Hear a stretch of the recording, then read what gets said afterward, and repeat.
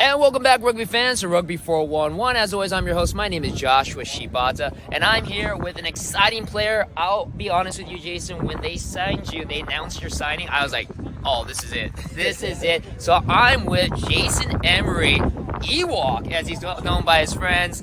Jason, welcome to LA. How you feeling, brother? Yeah, good. Yeah, no, it's good to be here. It's a lot sunnier than I thought it was going to be. I don't know what the weather's going to be like. And I've been in New York the last 2 seasons. Yeah. So it's been, So let's talk about that. Transition coast to coast, literally, from New York to LA. I know you're not an American native, but what has been the difference, in your opinion, between LA and New York?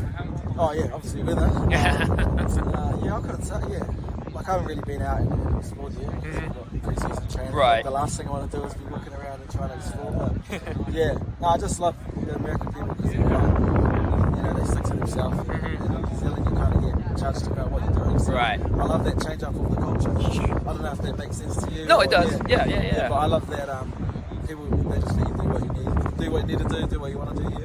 I love it. There you go. Now, let's talk a little bit, if you don't mind, about coming over to LA.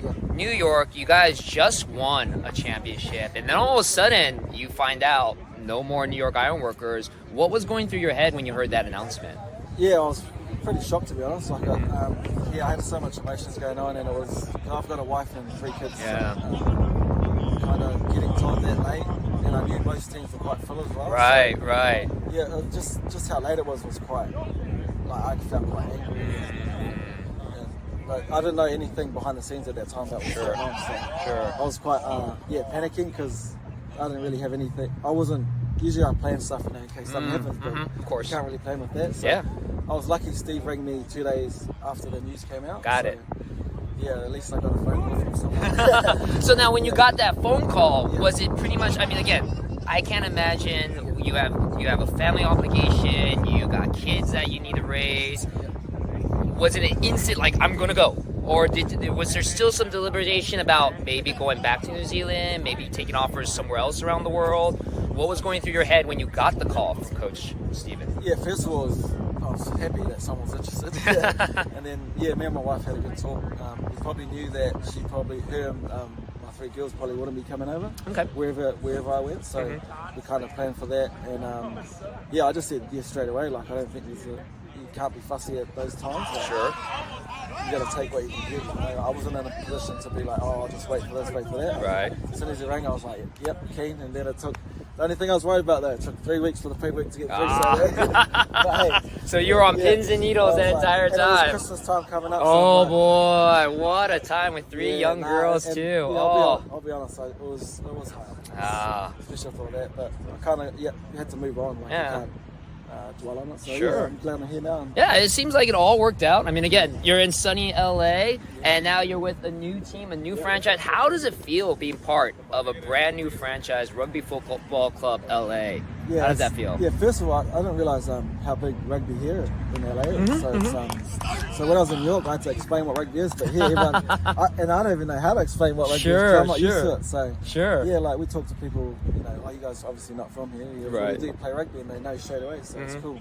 Yeah, but the team's good. It's a new team, so there's only one option. You have to come together. So and we're in a unique position where this is the first year that the club's starting, so we're in a unique position to basically get off the ground running, and hopefully it can run for 10 plus years, and we can say that we were the first people to start it, first team. So that's a pretty special moment. It is, isn't it? That's a pretty special moment. Now, going back to what you're saying about coming together, is there anything in your opinion that really pulls?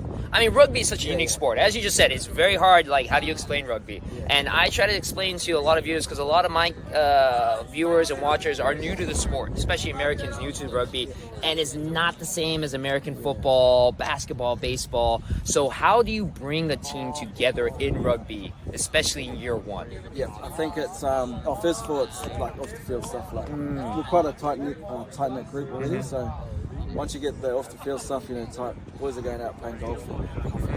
Once you get that kind of mold, then the rugby stuff kind of takes care of itself. Got it. And then on the rugby stuff, it's just about learning, because we've only had 4 weeks. Yeah. Maybe 6 weeks max. So we've got to try and not a lot first of of all time. get to know each other. Right. And learn our game plan. But I think we're doing it well. The management are running a good job at giving us information. Boys are learning it, and it's been a really good start. Yeah.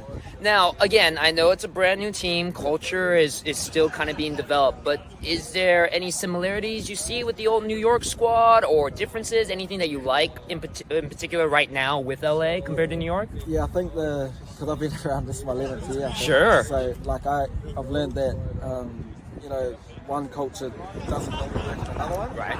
So I've learned to kind of New York. I love New York.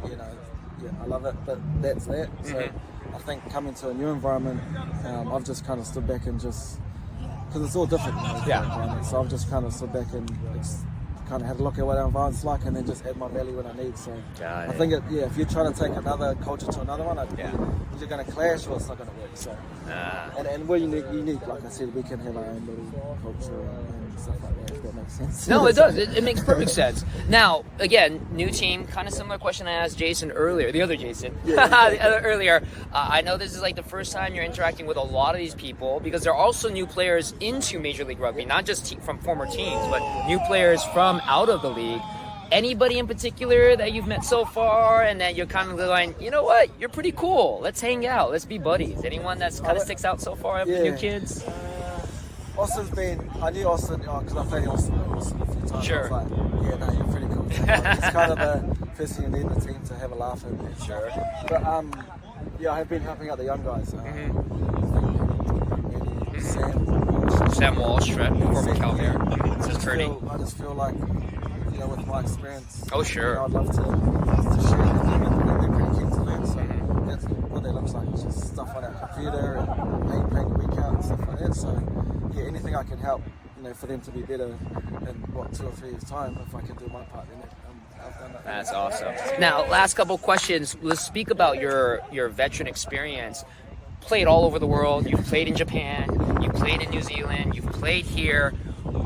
Is there anywhere in particular that really has stuck out with you, rugby-wise, culture-wise, that you really just, if you could go back, and even just stay here, is there anywhere that really stuck out with you that you loved about playing rugby? Yeah, I'll talk about probably all of them, to be honest, if that's right. Yeah, go for it.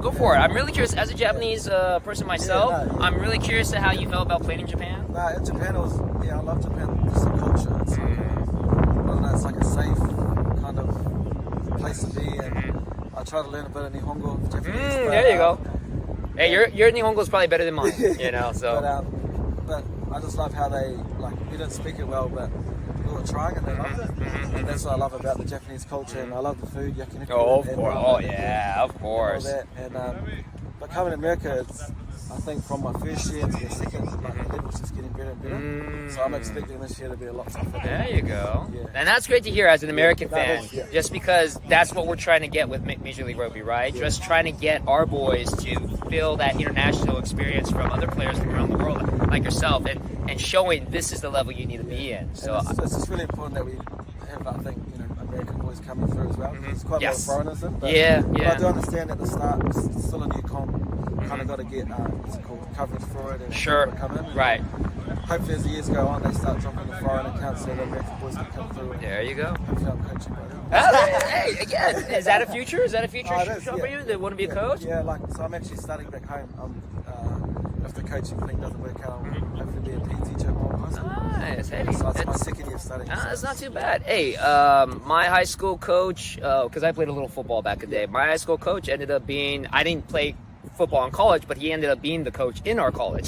So I mean, that's how it works. Talent will rise, so that's how it works. I just feel I've had a lot of I've been in good environments, good coaches, I just feel like I've got so much knowledge I just want to share it. That's awesome. Don't want it to go to waste. That's awesome. All right, last thing. Yeah. So obviously we are focusing on the Rugby Football Club LA. Yep. We are just less than 2 weeks away from kickoff, Dallas Jackals at Dignity Sports Park. Anything you want to say to the fans? What is it that's going to motivate fans to come out to watch our boys play in our home opener game? Yeah, I think just come out and just so one of our main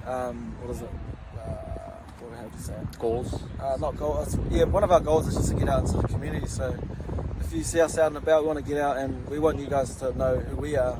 So when you come to the games, you can go, oh, I watched Jason there, or he come to my training, and so we really want to connect with the community, and we just want to be a team that works hard and hopefully brings the joy of rugby to the fans. So yeah, just come out and support us, and I think we've got quite a few home games first, and the weather, fingers crossed. Jinx it. Yeah, it's really nice right now. Yeah. But yeah, if you're keen to come, if you haven't watched rugby game before, come and watch. It's exciting.